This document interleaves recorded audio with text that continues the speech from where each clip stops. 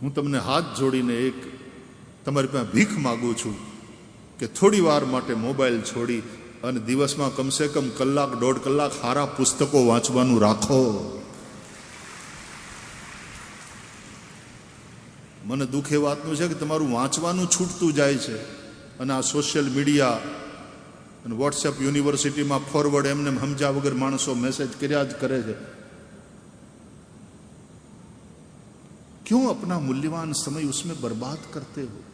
Communication માટે થઈને બરાબર છે, ઠીક છે, પણ સમયની બરબાદી એમાં ફેસબુક ને ઇન્સ્ટાગ્રામ ને વોટ્સએપ ને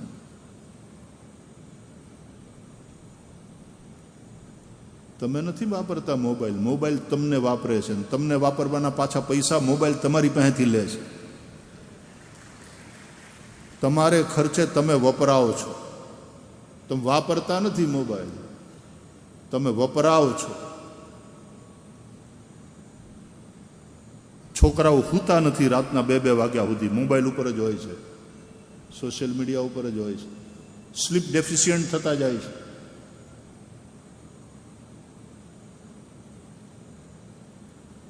થોડું એક બાજુ મૂકી અને કલાક 2 કલાક રોજ વાંચો, સારા પુસ્તકો વાંચો, ભાગવત વાંચો, રામાયણ વાંચો, ગીતા વાંચો, એના ઉપરના પુસ્તકો વાંચો, મહાપુરુષોના ચરિત્રો વાંચો.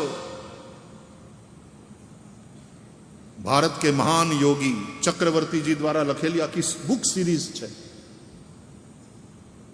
વાંચો, બહુ ફાયદો થશે. બિલીવ મી, બહુ ફાયદો થશે.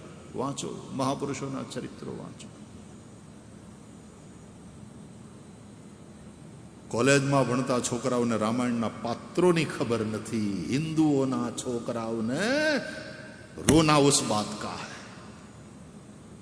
और गुस्सा उन बच्चों के ऊपर, कॉलेज में पढ़ने वाले बच्चों के ऊपर नहीं आता, गुस्सा आता है उनके माँ बाप पर.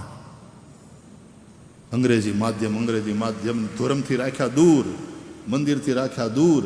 અમે સુધરેલા હાઈ સોસાયટીના, હાઈ સોસાયટી એટલે જય સિયારામ બોલે એ નહીં, મળે ત્યારે હાય, એ બધા હાઈ સોસાયટી વાળા.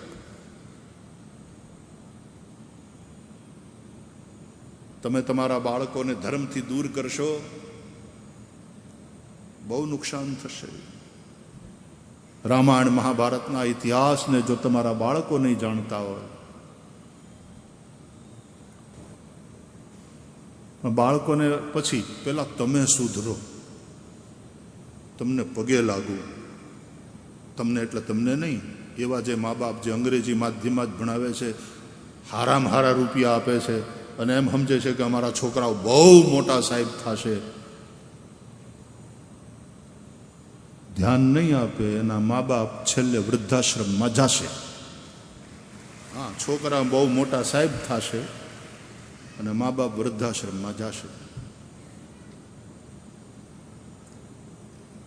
અંગ્રેજોએ આટલા વર્ષ રાજ કર્યા પછી સૌથી મોટું નુકસાન કર્યું હોય તો આપણી એજ્યુકેશન સિસ્ટમને બહુ ખતરનાક હદે બગાડી નાખી.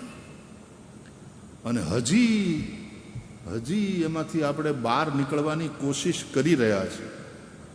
પૂર્ણ રૂપે તો બહાર નહીં આવી શકાય.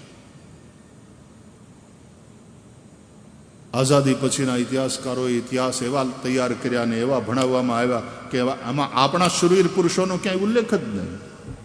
વિજયનગર જેવા સામ્રાજ્યની કોઈ વાત જ નહીં, શિવાજીના પરાક્રમની કોઈ વાત નહીં. અંગ્રેજો ને મોગલો, એના પહેલા જાણે ભારતનો કોઈ ઇતિહાસ જ નહોતો. અને એવા આક્રાંતાઓને ગ્લોરીફાય કર્યા, એને કાઢી નાખ્યા એટલે જાણે આપણે દરિદ્ર થઈ ગયા. એની પહેલાના ભારતને જુઓ, અહીંયા હોનાની દ્વારકા હતી, અહીંયા દૂધ ઘીની નદીઓ વહેતી હતી. ભારતની ઇકોનોમી એટલી સ્ટ્રોંગ હતી કે અહીંયાનો રૂપિયો સૌથી મજબૂત હતો. મફતનો કોલંબસ નહોતો નીકળ્યો ઇન્ડિયા શોધવા.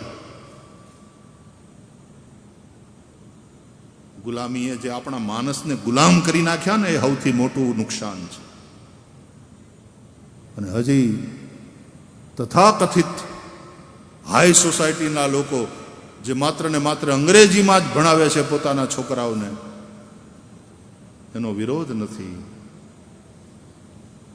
વિશ્વની હારે જોડાવવું હશે તો આપણે આંગ્લ ભાષા પણ શીખવી પડશે. પણ ચિંતા એ વાતની છે, દુઃખ એ વાતનું છે કે તમે તમારા બાળકો તમારી માતૃભાષા ભૂલતા જાઓ છો.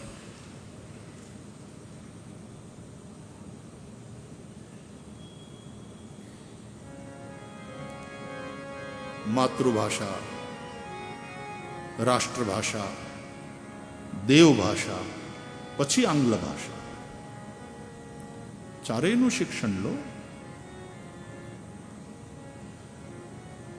પણ આંગ્લ ભાષાનું એટલું બધું મહત્વ, એમાં ભણ્યો એ જ જાણે ભણ્યો, બાકી બધા અભણ.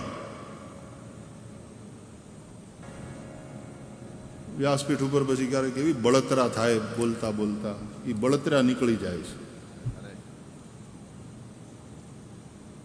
અંગ્રેજીનો વિરોધ નથી, અમે બોલીએ છીએ, કોલેજમાં ભણીને આવ્યા છીએ, ઇંગ્લિશ માધ્યમમાં ભણ્યા છીએ કોલેજમાં, પણ સંસ્કૃત પણ ભણ્યા છીએ, હિન્દીમાંય આવડે,